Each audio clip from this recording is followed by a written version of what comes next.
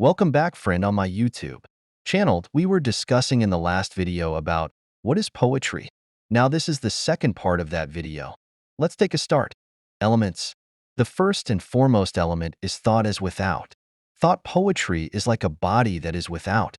A soul so thought is cardinal in it. If we talk about John Donne, a metaphysical poet, there is an idea of love for women in his poems.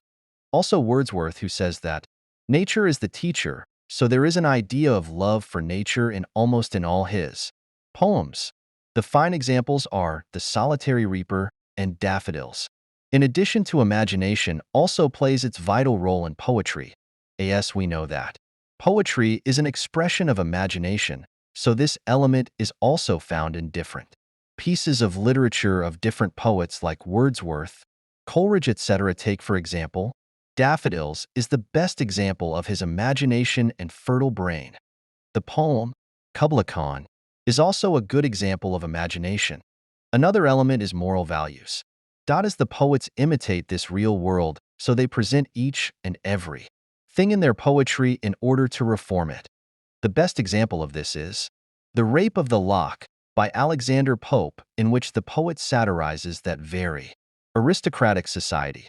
That society was indulged in useless activities, so the poet gives a moral message to us not to do like them.